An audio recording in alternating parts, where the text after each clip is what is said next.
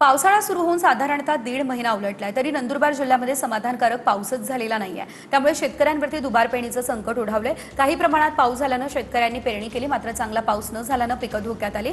पावसाअभावी पिकांना पाणी कसं द्यायचं हा प्रश्न आता शेतकऱ्यांसमोर उभा ठाकलाय। पावसाळा सुरू होऊन जवळपास 1.5 महिन्याच्या कालावधीत उलटला तरी देखील नंदुरबार जिल्ह्यामध्ये समाधानकारक पाऊस जो आहे तो झालेला नाहीये। त्यामुळं नंदुरबार जिल्ह्यातील शेतकऱ्यांवरील दुबार पेरणीचे संकट जे आहे ते उद्भवताना दिसून येत आहे।